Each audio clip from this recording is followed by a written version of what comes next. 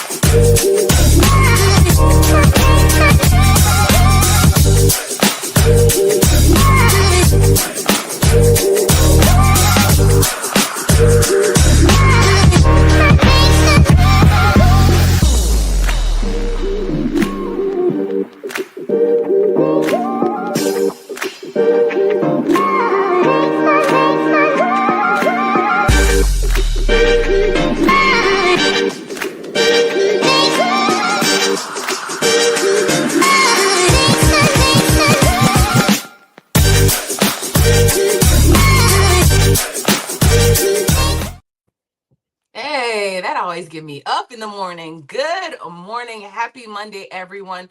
Welcome to Fly Nubian Money, where we help you master your mindset and maximize your money. My name is Tiara Williams. I'm also known as Miss Black Hollywood. I am the proud producer of this show, and we just want to welcome you, right? Happy Monday. We see you coming in. Say hi to us. Tell us where you coming from. We want to know. All right. Good morning, Queens. Good day. Good day. How are you? Good morning. Y'all look like frozen. I'm like, all right. Good morning. So today we are talking about a viral video that I saw that I thought was really interesting, y'all. So a woman basically was like falling out of her chair. Let me bring it up. So basically a woman was falling out of her chair upon getting an approval for a Birkin bag, right? And I just thought about this, like, is these bags keeping us from keeping us looking rich but being poor? Okay, so let me get back to it. I'm sorry, but here's the thing. Reports show that the same bag are being made for less than $100 overseas and marked up to $10,000. So why are we still breaking our necks and our budgets for validation from luxury brands that don't even market to us? Today we are really going to break it down and say and talk about what it really means, the roots of why so many Black women tie their worth to what they wear, and how chasing the look might be costing us peace, power, and generational wealth. Okay, let's get into it. That was see, Shar, that was rough. All right, so today I'm joined by my fellow queens, some of my most favoriteest people that I know in my real life. I'm here with Moya, who is a tax professional, Marlo Layson, TV and film producer, and the #1 advocate for men, Shar Curry. All right, so let's get started, ladies. I'm gonna just hand it over, right? Like, I'm gonna just hand it over, and let's talk about it, right? Let's talk about this thing. Yeah, let's talk about this thing. So I saw the video. And I said, "Oh my goodness!" Because Dr. Boyce had posted, and that's how I saw it. And I said, "Oh my goodness! Like, what is going on?" And in my opinion, in my humble opinion, I feel like women that don't know who they are, don't know where they're going futuristically, are the ones that tend to sway along these lines. They want everything now, and it doesn't matter what it looks like to them. So I feel like this is a matter of her not knowing who she really is, because why are you worshiping materialistic things? Well, let's watch the video first. Let's watch the video and let's see what you all think. Let's have a reaction to the video. Let's get it.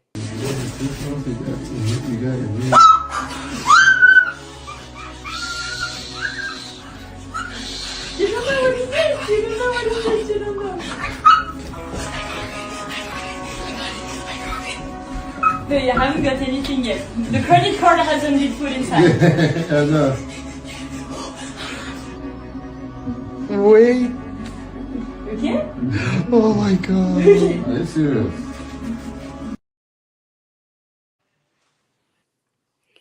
That was hard to watch. I was so embarrassed for her. I'm not gonna lie. It was like, you would think she got a proposal, like somebody proposed. Like, that's like somebody proposed to me energy. I got a new house energy. I don't know. I don't know. We listen and we don't judge. Not gonna lie, I definitely judged. Me too. Milo, tell us what you thought. What was I your reaction? I don't know about this materialism. It's so bothersome to me. Like, I think of all the little things that people do for the gram, the materialism is the thing that bothers me the most. I don't know, especially knowing, some people Birkin send bags to, some people, they don't even have to get on the waiting list. This lady had a whole, whatever. If it made her happy, go sis, I guess. I guess. Yeah. Moya, what do you think? So, and I understand the whole idea, and you said it in your opening about validation from these luxury brands. I think it's important to add slight context to it in the sense that, generally speaking, you have to purchase up to a certain amount of items. And that way you earn your right on the list. And once you earn your right on the list, then you have to be selected. And you have to have good rapport with your personal shopper. So that way they boost you to the front of the list. Like there's a whole method to it. So I think it's not so much only the fact that she got the bag. I think it's more so the fact that she was accepted. And I think we need to have a further conversation about Black women and our true need to be accepted and for us to have the outside accept us for what we perceive that they value. And so So are therefore you you should telling me, accept us. I'm sorry, are you telling me that she had to be on the waiting list? Yes. You gotta be. Yeah, you can't just walk in and get the bag. You gotta be on the wait. It's exactly what Moya described, and I guess maybe that's part of it. Is like she's worked her way up in the Birkin society, and she's feeling good. She's like feeling good about herself. But seeking the validation through things.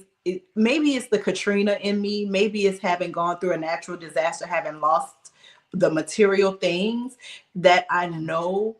At the end of the day, that's not what matters, right? So maybe I'm so grateful for having gone through this destructive moment in time in my life. And so I just can't get up with this materialism in this way, even understanding, like I had a boss who had a Birkin and I remember her going through the process. She wasn't that excited when she got it, but her talking about just what a process it was. So I don't know. 2 thumbs down for me though. I don't want it. So you said she had to work her way up. So she's working her way up to the bag, but in reality, she's actually working her way down psychologically, financially. Because I don't know. I don't know. What was you about to say? Don't walk it back. There has to be some type of psychological thing that's going on when it comes to this, seriously, because it seems like, like I said before, if you don't know who you are, know where you're going financially, futuristically, when it comes to your success and things like that, then I feel like these are the mindsets and perspectives of certain calibers of women, if we will, because I don't see that a woman that is financially and intellectually heightened, I don't see them as coming off like that. So I feel like that's something that's going on internally. And if it's about acceptance or validation, why are you not accepting yourself? That tells me that you're not accepting yourself. In my Yeah, I hear you. So for me, like growing up, I moved in with an aunt who used to get luxury things from a booster, right? And she used to just buy, like growing up, like luxury brands was a huge thing in my family, right? So we used to get brands, we used to buy them. We had a booster that brought them, like just keeping it real. So in high school, I wore like Marc Jacob minks to school, like real minks, right? And so I grew up with like thinking that brands they do, right? Or feeling like they did kind of add worth or like put you in a certain place, like people looked at you a certain way.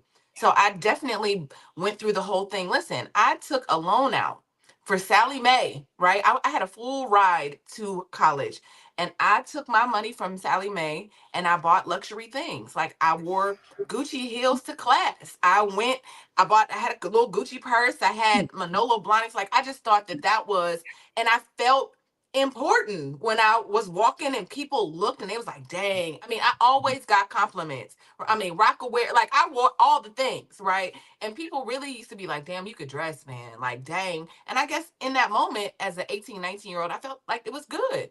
But really, like as an adult, I went and when I sold a screenplay, one of the first gifts to myself, I bought me 2 pair of Louis Vuitton shoes. So I got to really run it back because I like wearing those shoes because people, I like them. But then I also, people be like, damn, your shoes are dope, right? So I got to really, I don't know. I'm not gonna make it seem like I'm like, I don't know if I need acceptance. Do I need acceptance? Have I been conditioned? What is the deal? Like, I'm not sure, but I So do like the way they look. yeah. So do you feel like when you were younger, per se, it was for the looks and acceptance or validation, but as you got older, it's because, you know what, I really like this and I can afford it, so I'm gonna do it. Well, now that we're talking about it, I don't know. Because really, I mean, I like my shoes. I wouldn't send them back, right? I wouldn't send them back. I still like them. And people still do compliment them like, dang, those are dope, right? But I don't know if I feel they're not my whole life, right? Like I bought them, like I don't chase that thing that maybe I chased when I was like 18 or 19. Again, maybe it is a little bit of life hitting me in the butt. Like there are things that are more important. Taking care of my kid, paying paying for my daughter to have activities, paying the rent right at my house. Like all of that is a little bit more important than me going out and getting like a Burberry bag or whatever. Like it just seems kind of trivial now, but I still like nice things. I don't know. What do you? I see Moya like just kind of looking. What do you think, Moy? Because I Well, know Moya gave me a Prada bag, so let's. Why did you give me that Prada bag, sis? now, Tiara. So, just to further the point of the Birkin story, Birkin is supposed to also appreciate in value. A Birkin is supposed to be similar to a Rolex, where they go up in value over time. So that's another part of the pitch. Now, the question I believe really becomes of the fact that now that we know that the cat is out of the bag per se, is these brands are not really worth what we thought they were worth. Then the question is, are they still worth it? And now I don't know. Like I don't know if I carry my Chanel bag, does it still have the same value beforehand, before it was out? Even though I felt like we always knew it, but now that they've confirmed it, I don't know if it still has the same value. Well, the value is what you place on it, right? The value is what you say it is. It's what you believe having a Chanel bag is. And that's how they decide that the Chanel bag should be $5,000 and up, right? It's because of the excitement of people, right? People pass it on the floor. She probably caused the Birkin to go up 42% with that falling out. Like it is really about the consumer value and what the consumer says it's worth. Because if I say it's worth 5,000 and you won't pay the 5,000, I'm gonna come down on the price to sell it. But if I say it's 5,000, you happily give me the 5,000. Next time you come, it's 7,500.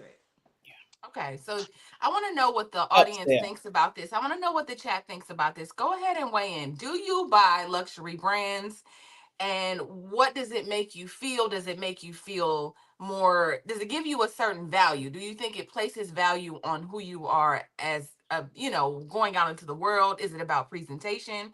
We're going to talk more about this when we come back from break. Woo! It's a good show right here.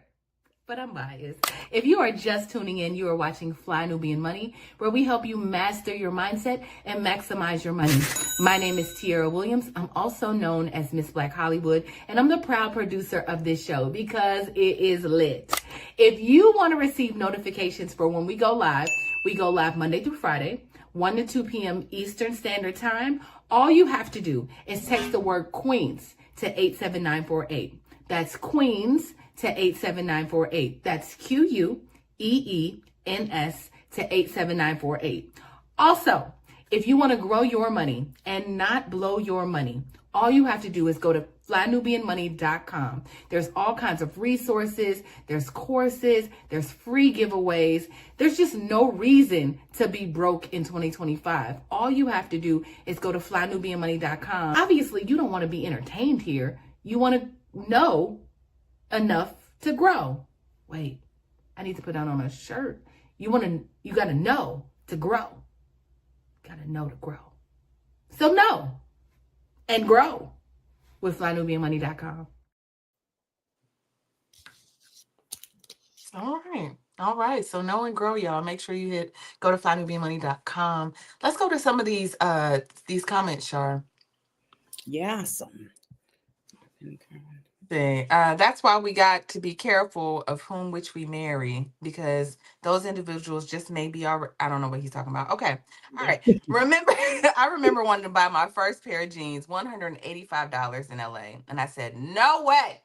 I only thought about how often I would wear and they would sit in the closet, and it was a no for me. All right.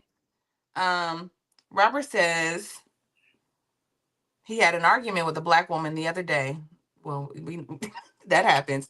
Her justification for a $57 bag costing $3,000 was that they might have a different zipper or color that was not the same. Some of them don't. What do you think about that? What do you think about that, Marlo? Like, the argument with the Black woman the other day was like, because of the zipper. Listen, first of all, I want to say, I don't want to make it seem like I'm Pollyanna. I'm a sneakerhead. That is where my money will go, to the sneaker shoes on my feet. So I do have my own internal whatever. But I think, listen, the bag is the bag, right? And isn't that what our friends in China have been explaining through these videos, that they make the bag as is, they ship it to Italy, France, wherever, and they go in, they put that Gucci strip on it. They sew that Gucci label in there. They change out the hook on the zipper, and they put their own embellishment that they created, right?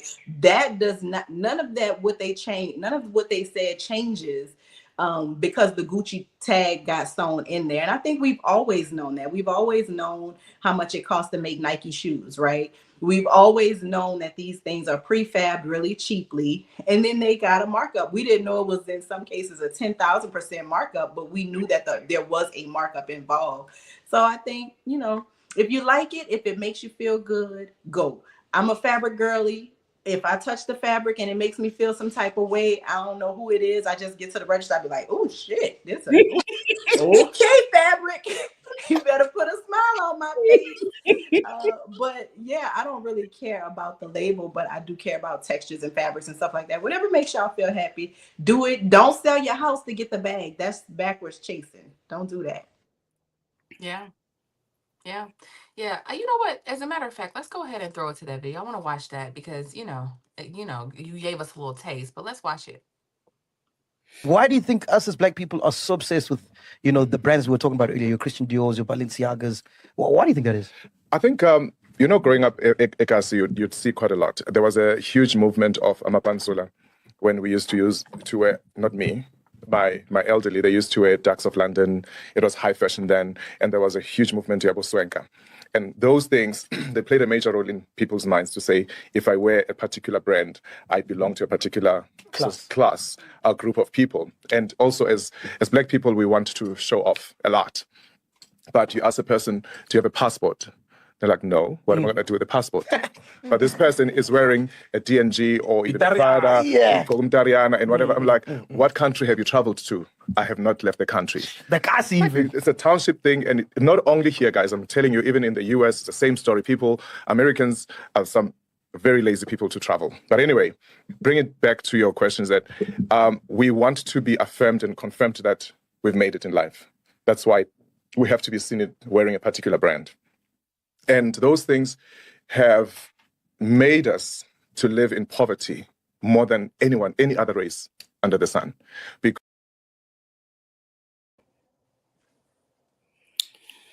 Yeah, I mean, that's definitely a thing, right? Like we buy things because we want to feel like we've achieved a certain status, or, I don't know. Moya, have you ever bought something just to feel successful? For sure. I think also it depends on what you do, like what you do for a living and who you're around. Because if I'm at a networking event and let's say we're all wearing something similar, definitely it's about how you carry yourself, your confidence, all of that. But if I'm approaching someone and I want to talk business with them, I want to be taken seriously in a different way. So those types of things, it's the same thing for a man in a watch. It's the same thing for a woman in her purse. So I just believe that it depends on what you do and who you want to meet and what type of business you can carry yourself, especially like in LA, like you're not able to walk in a certain place with your car. So you know, your bag is an extension of what and who you want to do business and how you want to be taken and looked at. So people want to do business with people they feel have money already. So they're looking for the signals to signify, hey, this person has money. You're saying a certain brand, a certain shirt, a certain blah blah blah, a certain car is going to tell us that. So have you ever bought designer clothes, or do you buy designer clothes, and do you feel the need to wear them to get, certain opportunities? Right. That's a real thing. Right. I don't usually buy designer clothes per se, but I'm a shoe girl. I love heels. I love shoes. So I will go the extra mile for shoes when it comes to that. I will say that, a lot of times what happens is people look, just as far as what Moya was saying, people look the part, but that bank account don't be matching. So, so it's, it's a hit and miss, I feel, when it comes to that. But, yeah. That's my take on it. Okay. Marlo, what do you say to people? Because some of that gives like fake it till you make it energy. Let's say you don't have the money, right? But you're like, if I put these clothes on, if I put these garments on and I wear the bags and the shoes and I go to the places where people are, I'm faking it till I make it, trying to get an opportunity or trying to get to that point, right? They say that your mindset has to be a certain place, right? To achieve and to get, and maybe like, is it bad to use those material things to like get your mind to the place, like feeling like I'm wealthy, I'm abundant, I'm whatever? What do you think about that? I think at the basis of every scammer documentary that I have watched is what you just said, right? It is people needing to get in and fit into a space. And the easiest way to signal that I belong here is for you to recognize the labels that I'm wearing, right? So I think that, it does. I've never had an experience where somebody was so wowed by my garment that they were like, you must come and work here, right? But I also have never, like, New York and LA are different, right? My experience in New York is very different from the small experiences that I've had in LA. But certainly in both experiences, I never had anybody be like, oh my God, those shoes, come now, right? It was always something else that was needed. Now, maybe the shoes got me in the door. Maybe the shoes had people not looking at me like I had poo-poo on my shoulder, but certainly the shoes never got me the job. So I think that there is an entry fee to get into certain spaces and feel like you belong. But I also think that people have to beware, right? If somebody came to me and the girl had the right bag, the right shoes, the right everything, I'm definitely going to think in 2025, she is a scammer. And unless she's a booster, I can't have her in my company. I will buy your goods from you, ma'am. Thank you. Your third-hand business. Yes, I will support you till you go to jail. But I won't invest no money with you because you are giving me Anna the scammer vibes, and I'm not going there. Listen, I mean, I've been in this situation. We know I didn't got caught up with a scammer. Listen, I almost ended up on American Greed messing around with Marlo. No, it wasn't. But I worked with somebody who very much like that same vibe where he had all of the clothes. He had to look a certain way. He presented a certain way. He was brilliant, but he was also, he took that to Wall Street and walked into some of the biggest companies and popped his, like, just all of it because it looked a certain way. And so they bought into it without even questioning him. And he done went off and stole millions of dollars from people just by the way he carried himself, what he was wearing. Wolf in sheep's clothing. Man, listen, I was dealing with the Wolf of Wall Street in real life. Like, I said, oh my God, like, but you wouldn't have known, because again, part of it was to present a certain way, what Moya is saying, like, but wait a second, I wanna clean this up a little because this went left. So if we look at someone like, for example, if we watch Shark Tank, you guys have all seen Barbara Corcoran. So Barbara Corcoran, in her story, she's she's a high-end real estate agent magnate. And so when you read her story, she talks about this red jacket that she, it cost her 3-4 times what she had in her account. She put it on her credit card. And she said what it did for her is it made her look the part and feel it and embody it. So therefore, when she went to show these luxury real estate condominiums and homes, it gave her more class and sachet. And after 20, 25 for years, her, yes, the for red her, jacket was yes. for her. We're gonna go to break. But We're gonna I talk just about want to this say, red. and right here, she sold her company for $77 million. So I think it's important that we understand there's levels to it outside of scamming. There's levels of actual real. One jacket. Listen, What, there's a red jacket. Hold on. We're gonna talk about this red jacket and giving, we gonna talk about it when we I come want to back see from the break. red jacket. Can we bring up a picture of the red jacket, please? I gotta see the red jacket so I can wear it everywhere I go. What's her name? I gotta look this up. Barbara Corcoran. So it's hilarious, Char. I know you're busy, you got things to do, and you can't take us on the go with you every single day. Good news for you. We are now on Spotify. So if you can't watch us, now you can listen to us on Spotify. Search Fly Nubian Money and all the episodes shall appear. All you have to do is subscribe, leave a 5-star rating, leave some comments, tell people how you love us so that when other people come along and are looking for a great show to watch, they can find Fly Nubian Money too. One last thing, and just in case you've been sitting under a rock, Fly Nubian Money now has an investment club. We are the Fly Nubian Money Club. It's easy. All you have to do is go to flynubianmoneyclub.com, and I am committed to bringing in top experts from all industries to help you level up. They're teaching us the skills that we need to compete in this market. We often say that nobody is coming to save us, not the government, but guess what? We're coming to save us. I'm coming to save you with the Fly Nubian Money Club. So listen, all you have to do again is go to flynubianmoneyclub.com. We have a 30-day free trial set up just for you, just for those people that are struggling. Even if you ain't struggling, you ain't got to struggle. I'm coming. Okay, let me stop playing. I'll see you soon. Not me on the internet looking for Barbara Cochran's red jacket.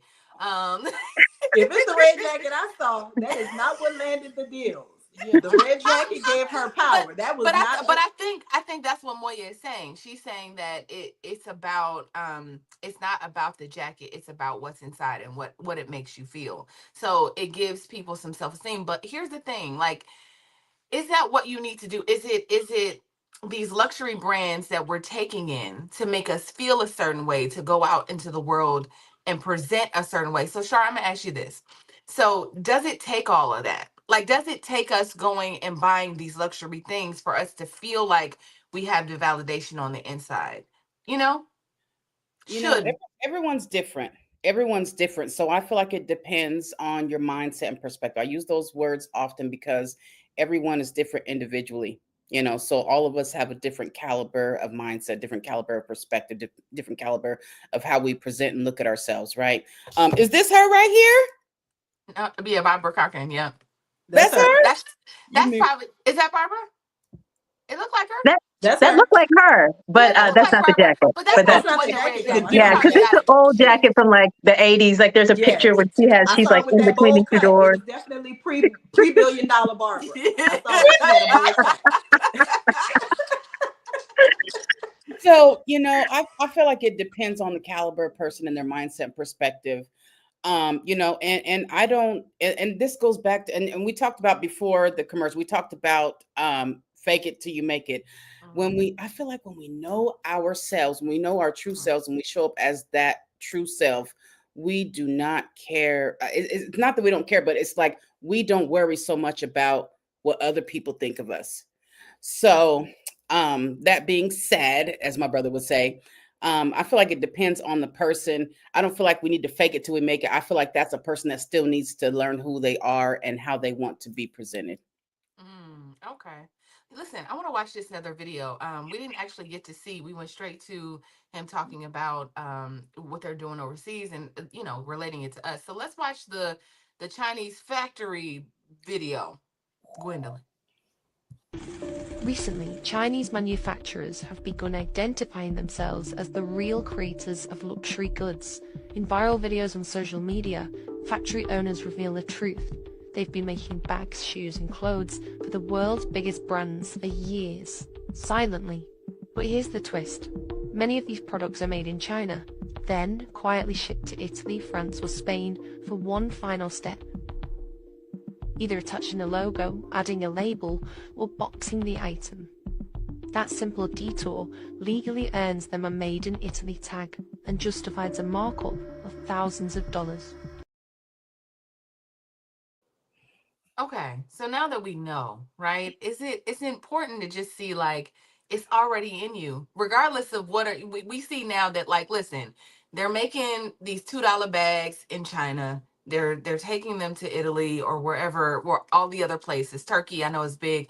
And then they're just adding so it's already in you, right? It's not on you, it's already in you. So is that just something, Moya, that you feel like we have to just start to affirm ourselves every day that it's not on you, it's in you already. You don't need it. Like somebody said in the comments that it's all a scam, right? So it's kind of like a scam to get you to believe a certain thing, but it's already, you don't need it, right? Right, right. What you and Shar are saying, I definitely agree with in the sense that it's you seeking this outside level of validation. But I understand us being Black women, yes, but we are still humans, meaning like you still live in a society and a community.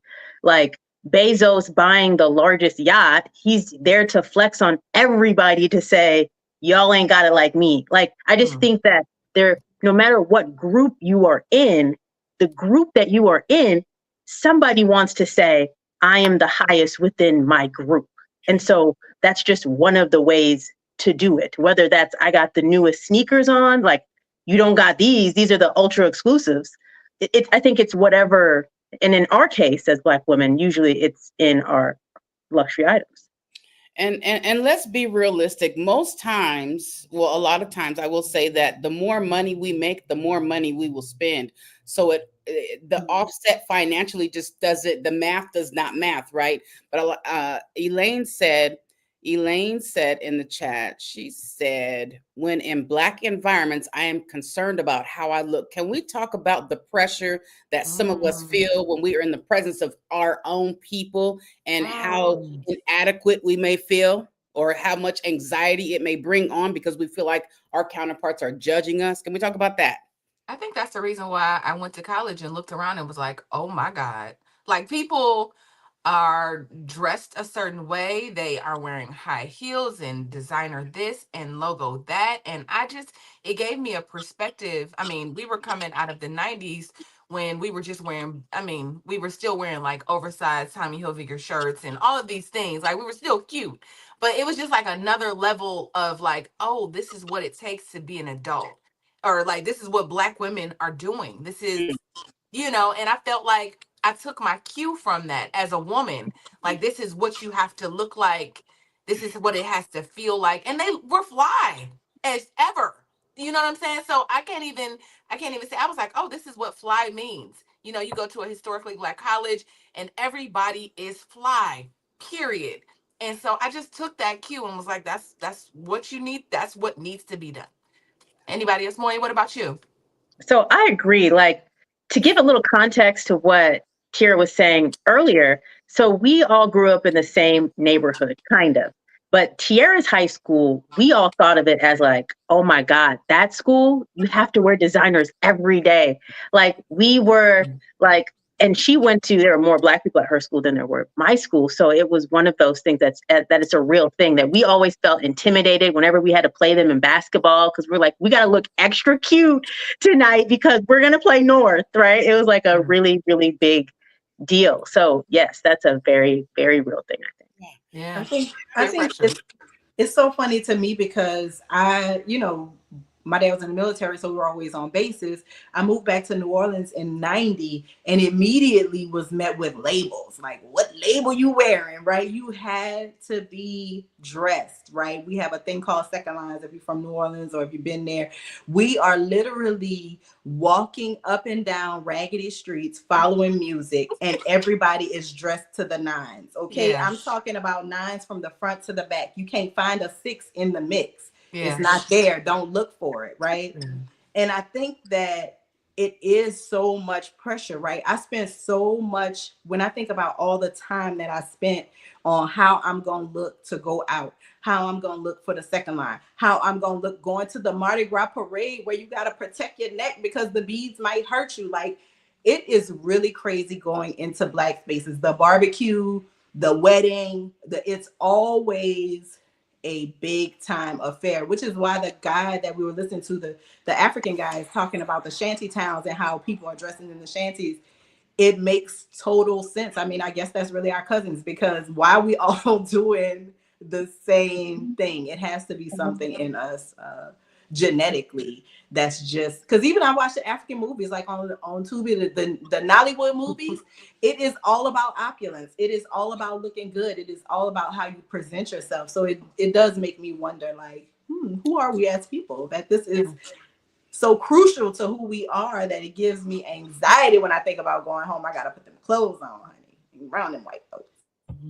Is it, I heard you say, is it genetics or is it something that society has put out there as far as mind control when it comes to stuff like this? Because we know that most of the brands that we wear aren't even designed or owned by us. So is it something that society has put out there and we, are so intrigued by it? It's like, it's like we're the sheep getting, I think it's us wanting to look good, and I think that that's the level, right? That is the pinnacle. If you walking out of Saks with bags, if you walking out of, like, I don't know, name a store, right? And you got multiple bags, there is a feeling in that. There's a feeling in being in that store, leaving out with that bag and knowing what brands are in that bag. And I don't know if that's because society has its foot on our necks for a good bit of time. And so this is the feeling of relief, right? When that foot is off your neck, you can do what you want to do. Let me flex on the other people who currently have feet on their necks. Like, I don't know if it's nature or nurture, but it's something. If us and the shantytown Blacks in South Africa, so many thousands of miles away, are doing the same thing, I don't know what it is. In our DNA. But I mean, think about it. Think about when you were younger and your grandma was like, we're not going to go anywhere looking a certain way. Like, it doesn't matter if it was designer or not. You was in a plaid dress and you were dressed with the little boat, with the little shoes, with the little the Bobby Brown little platform shoes, right? There was something about needing to be pristine even then, even if it wasn't luxury, presenting a certain way, being clean. Like, Black people don't play about things like that. So I do think it's just cultural. You go somewhere and you see the other people outside, no shoes on, or just like looking like they rolled out of bed and get outside. You be like, now why she come outside looking like that? Right? I think it's just a cultural thing. Listen, we are gonna take another break. But we're going to come back and we're going to talk more about this. We got some more videos. We got some more things for you. So you just stay tuned. We'll be right back. Are you a Black business owner looking to expand your reach? Well, has Fly Nubian Money got good news for you? We are building a Black business directory to connect you with customers who need your services. And here is the best part. It is absolutely free. Email us at info@realvirtual.net. Send us your business name. Tell us a little bit about what you do, what services you offer, your website address, and your contact information. That's it. Together, we are going to build and circulate the Black dollar. Get listed today and start connecting with people who are probably already looking for you. All right, welcome back. Welcome back. If you're just tuning in, you were watching Fly Nubian Money, where we help you master your mindset and maximize your money. Make sure that you send us an email here at info@realvirtual.net, because we are building we are building a directory, and I want to know what you're doing out there. We want to know, we want to support one another. We want to make sure that you're not going out and purchasing luxury brands that doesn't, that where the owners don't care about you, when there are tons of beautiful Black designers who are creating things that you might want to wear. So, or you do want to wear. So let's get back into the discussion. Y'all, what were we talking about? Red jackets, and what were we saying? Somebody was saying it was in our DNA. Moya, isn't in our DNA. So that's the thing. I could see, I feel like the reason why it has been handed down from generation to generation is because of the fact that we are looking for a level of acceptance. It is because of the fact that we are looking to say, hey, we look good, therefore accept us. I think the question that really is interesting, and it also goes back to the level of community, is we also want to look our very best amongst our own.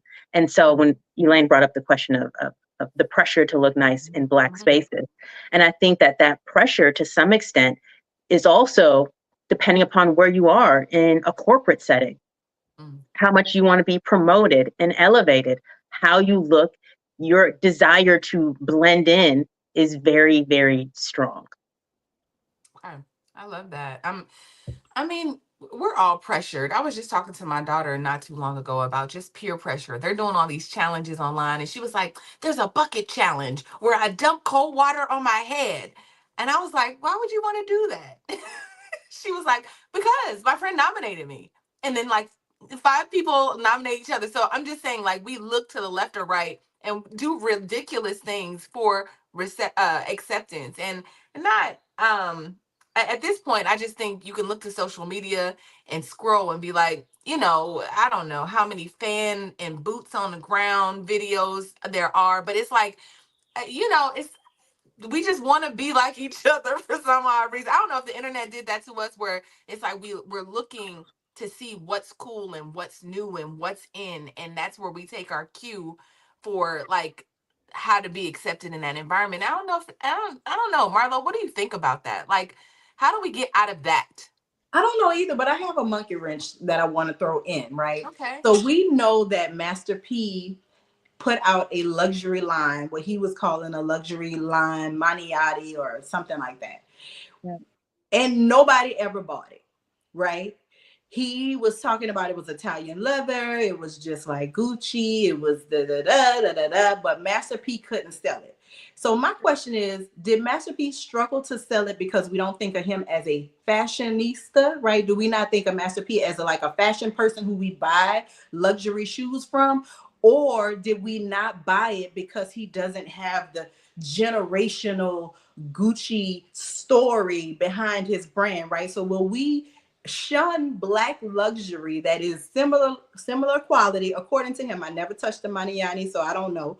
But will we shun a Black brand because it doesn't have that legacy that these European brands have been able to build? Because there are Black luxury brands. There are Black shoe brands, Black clothing brands that are priced in the luxury price point, but you don't see people proudly wearing it. Nobody is hashtagging that the way that they're hashtagging Gucci, the way that they've fallen out in the Birkin store, right? So what is the disconnect between Black people and Black luxury brands? That is what I want to turn back around on us, because there are Black luxury brands. They do exist, watch brands, all of that, but we are not clamoring to that stuff in that same way. Is it hate? Are we some haters? I don't know. I mean, I think we all want to answer that question, but Moya's face tells me I want her to answer it first. I mean, I think that's such a good point. Like, it makes me think of, remember Jacob the jeweler from the 90s and early 2000s, Notorious B.I.G. And he started off just like selling these super big, gaudy pieces of jewelry. But now he has like a super real business where Cristiano Ronaldo is wearing his $10 million watch, right? His own brand that he's morphed into. Mind you, Jacob Jeweler also has went to jail in between that time period. Yeah. So I think it's when Marlo posed that question, it made me really think, like, how can he go from on the backs of us, right? That's how he got notoriety. And now look at him, this super huge jeweler watch tycoon. Like, it makes me really think. And it goes back to, I think, the original question is how we perceive ourselves.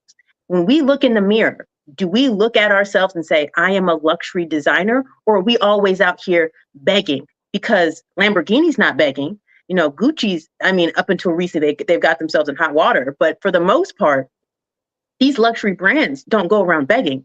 They stand. And they also, like if we look at Louis Vuitton, they also do a lot of co-opting our style. Like Louis Vuitton now has the fan. If you guys seen that, I think they're selling between $2,000 and $4,000. But I think it's just us saying, I am luxury, and this is what it is that we do.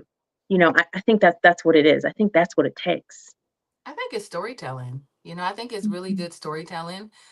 Just as someone who understands the power of a good story and how you can tell a story in a way that people buy into it and they say, yeah, that makes me feel like this or like that, or they, it makes them like want to join that thing. I mean, you've never bought a product without hearing the story behind it. Most of y'all don't know what Louis Vuitton looked like, what the people at Gucci look like you don't know what the family looks like. You have no idea. You bought into this story of this craftsman that created this thing 100 and some odd years ago.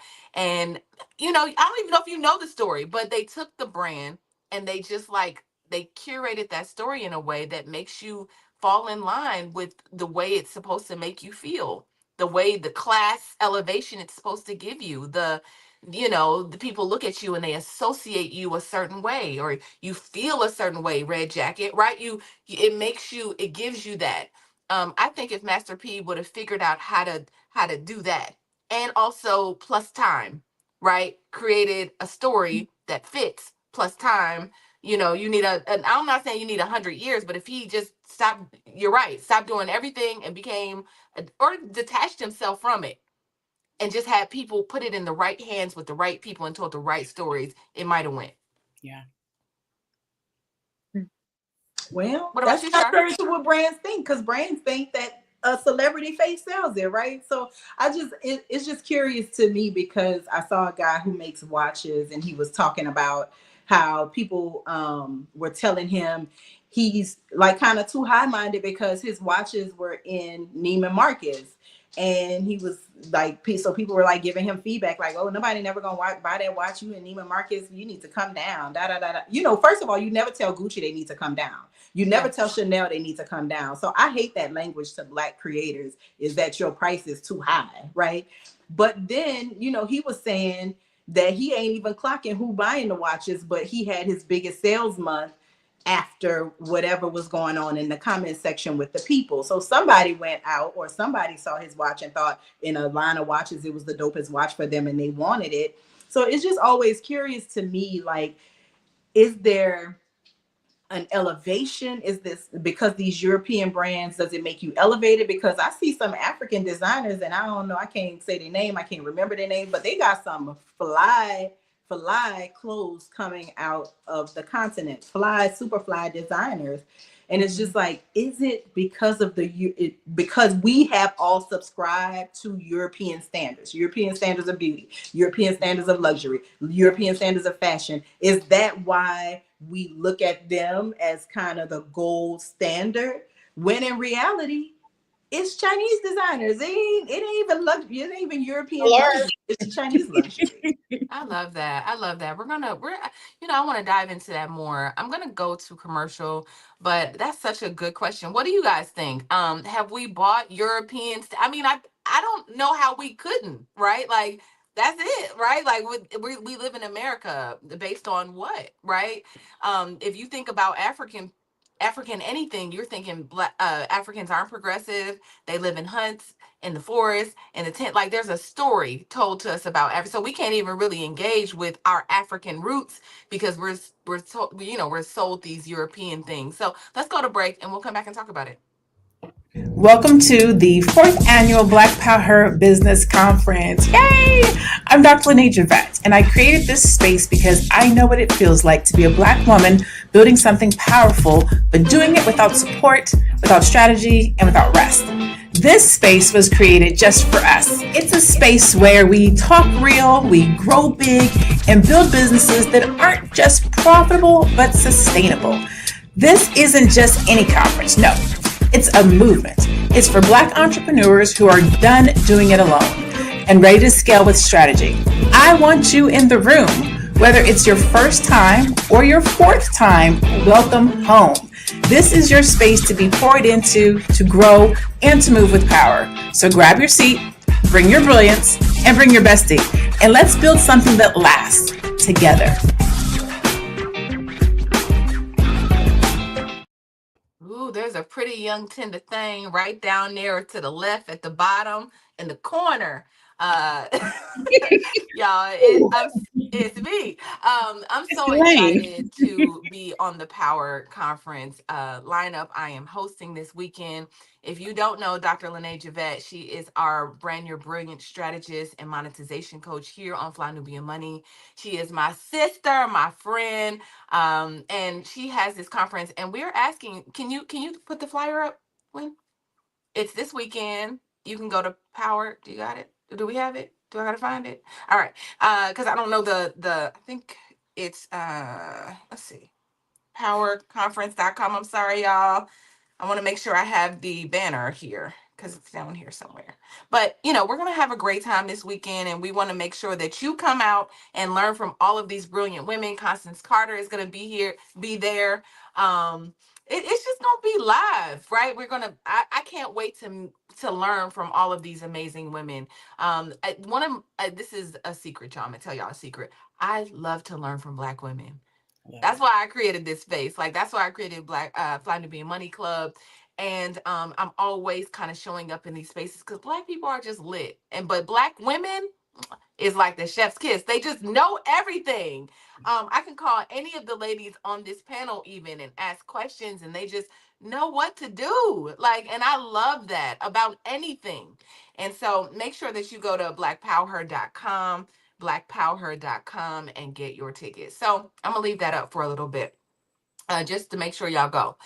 All right, let's I wanna go to the stats. Let's go to stats. Can we?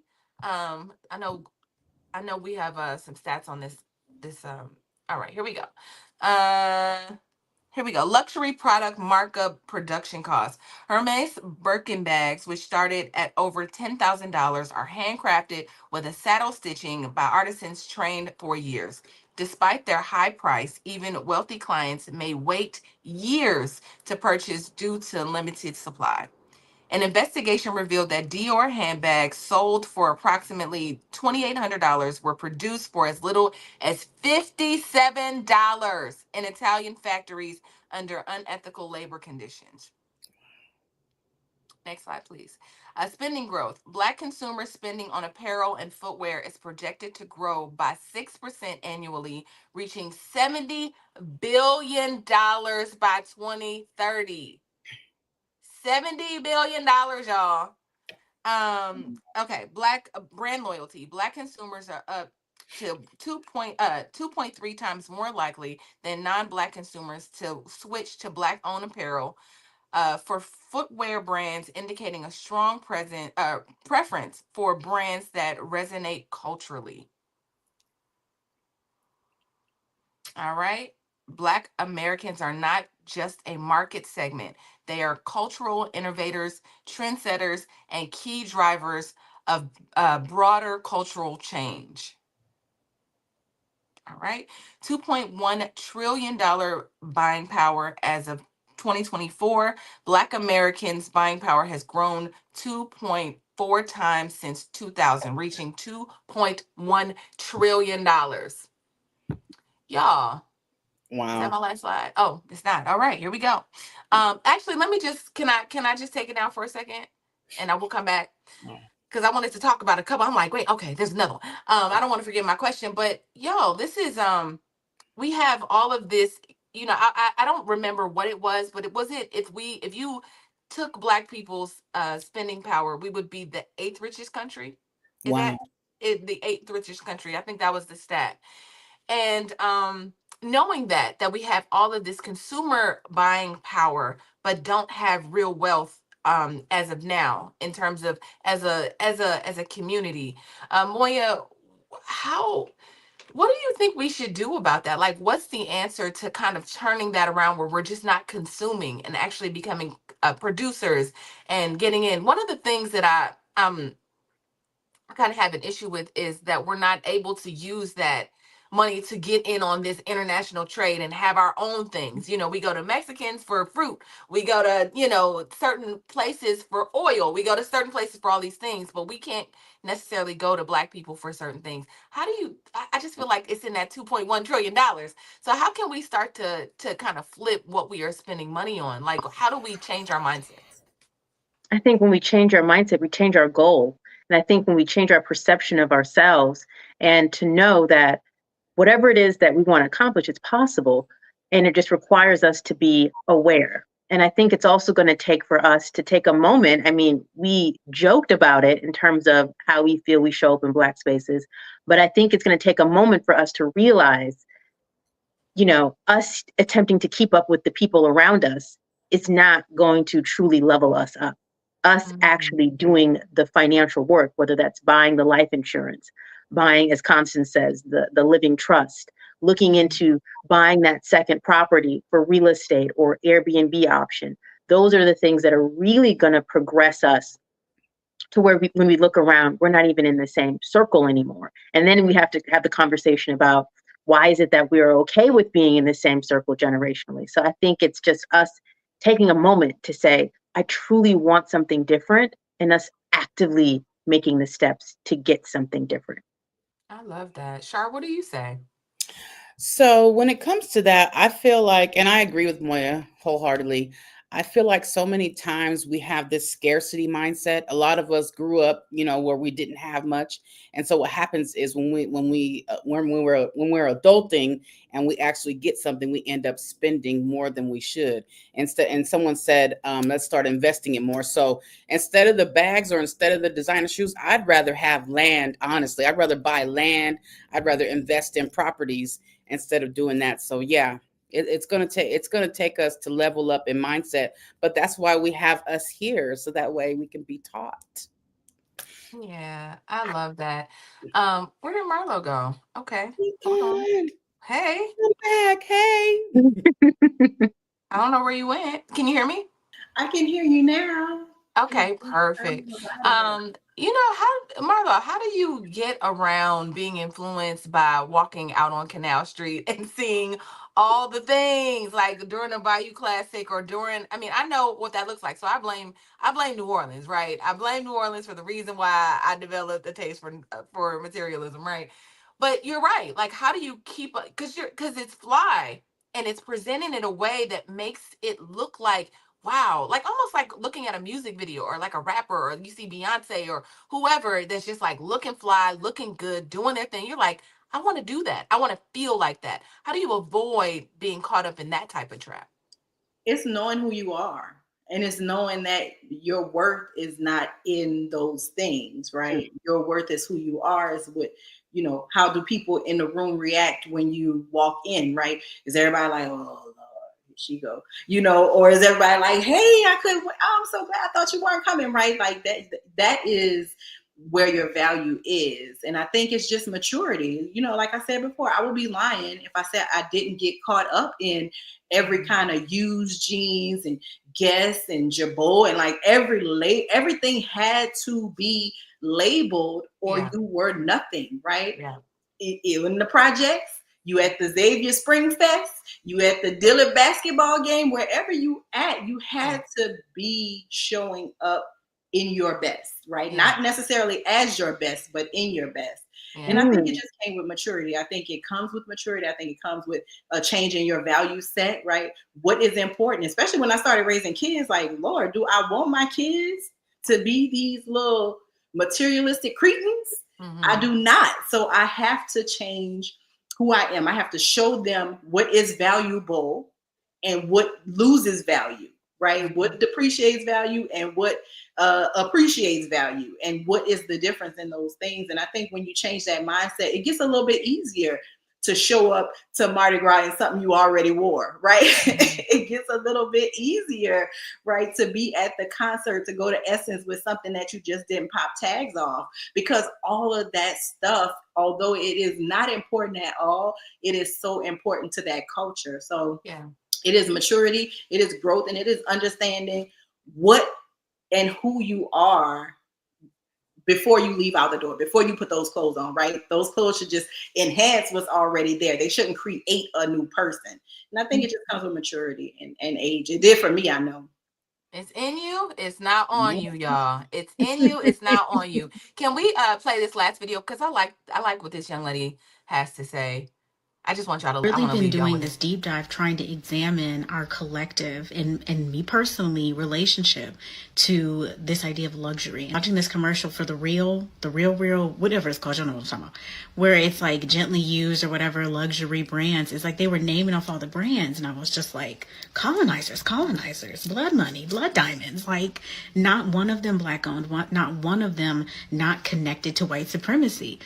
But I was also examining the fact that as I'm watching this commercial and like hearing these brand names, that it was kind of like there was like an emotional response there. It was like, oh, they have Chanel there. Oh, they have this. Oh my God. Let me go to their website, right? I was actually having a real response from an emotional subconscious perspective. We tell ourselves all the time, well, I like these name brands because it's the best of the best. You're paying for the name. How do we, as any sort of like proud Black person, continue to buy into that? Like, oh, I just want the Chanel of it because it's Chanel. It's like, baby, Chanel don't care if you live or die, honey. Wow. Chanel don't care whether you live or die, honey. Like, gorgeous. Oh my gosh. Oh my gosh, so gorgeous. I love what she says about like that emotional or that subconscious reaction to like, oh, let me see, because she's absolutely right. Like, if I see anything, I'll click on it and be like, oh, let me see what they got, even if I know that I'm not gonna spend $2,000 or $5,000 or $10,000. I still You just click want to go see. I'm gonna still go see. And so somebody in the comments said it's about having self-awareness and how important self-awareness is. And so y'all, I guess I guess we could talk about this all day, and I know for sure I can sit and have conversation with you all day. But I'm gonna wrap it up with our final thoughts. But I guess my question would be, because you guys pretty much nailed it, right? But for the women that are having these emotional subconscious reactions and tying their value to these brands and feeling like they can't go outside unless they are draped in other people's names and getting into an expensive car, like how important it is to really like put the money into their own name, right? Like put the money in the investing into their own last name, and one day that they can, based on what they create, can create that for themselves, where 100 years from now it's like my mom, hopefully my daughter is like, man, that Williams girl, like we are still eating off 100 years from now of what my grandmother, my great great grandma did, what I'm doing right now, right?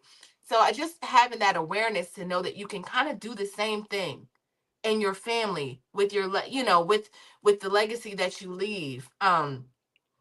Y'all, I don't know if y'all feeling what I'm putting down right now, but I feel like it's so important that we start to really think about our own last names. So what are your response to that? What is your final thoughts to that?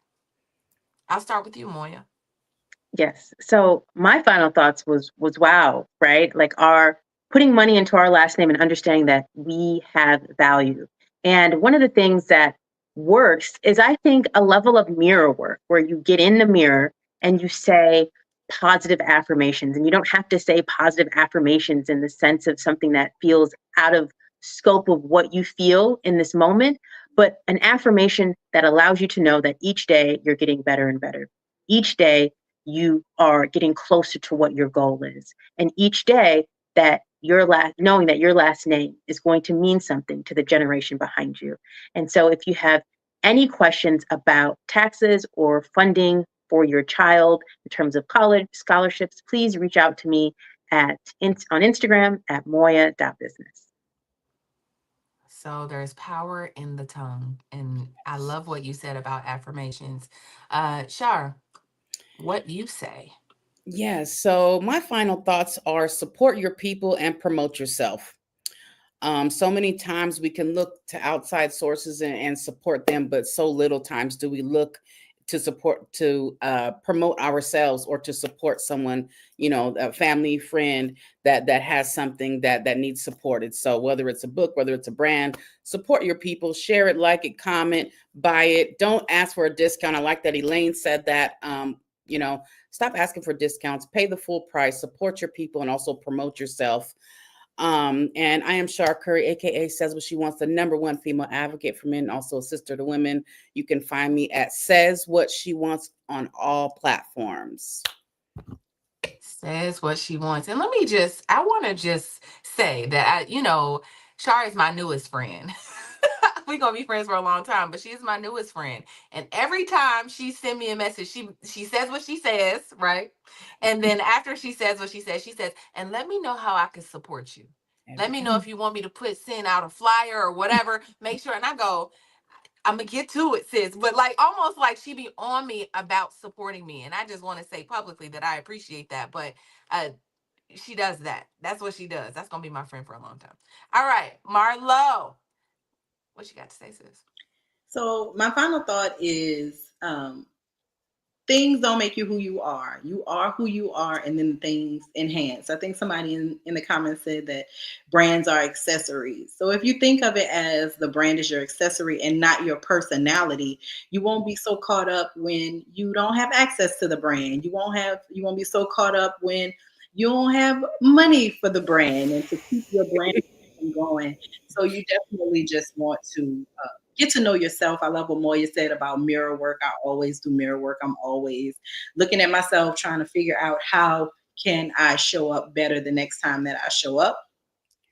And that is really what life is about. It's about knowing and growing and getting over yourself and not being so stuck in your head about things that don't matter, because ultimately the way you dress affects other people's opinion of you, and their opinion of you really is none of your business. Like, it has nothing to do with anything.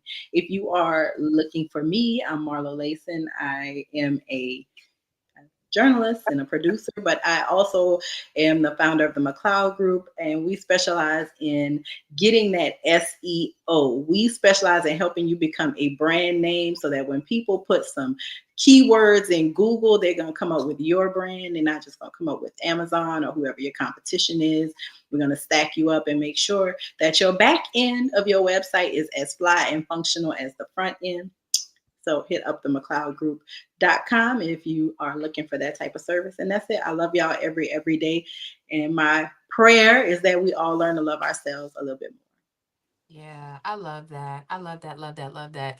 I just want to say, as a storyteller, as an actress, as a performer, all of the things, I understand the power of a story and a good story. And I think that it's so important that you believe the right stories and you're seeking the right stories about yourself, about the world that we live in.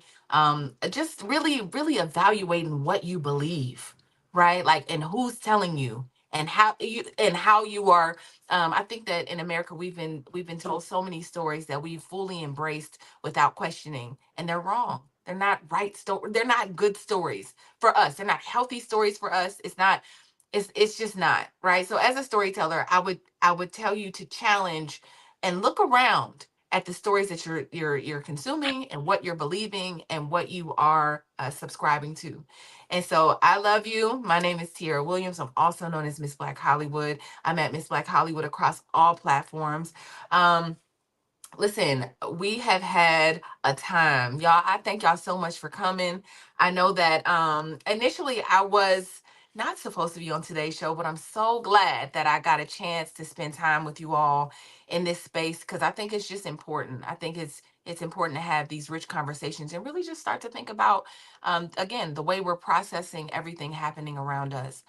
If you are not subscribed to us, make sure you go ahead and do that now. Make sure you're liking and subscribing. Make sure you're following all the queens on the platform. They've given you your marching orders. Go ahead and go wherever they told you to go. If you are interested in signing up for you want to get notifications for when we go live, go ahead and just text 87948 Queens to 87948. That's Queens, QUEENS to 87948. Listen, we will see you tomorrow we will have another topic at the same time, 1 p.m. Eastern Standard Time, Monday through Friday. We are here. Yeah, that's all I got for y'all today. I love y'all the real way, in the realest way. And make sure you come check us out tomorrow. Bye, y'all.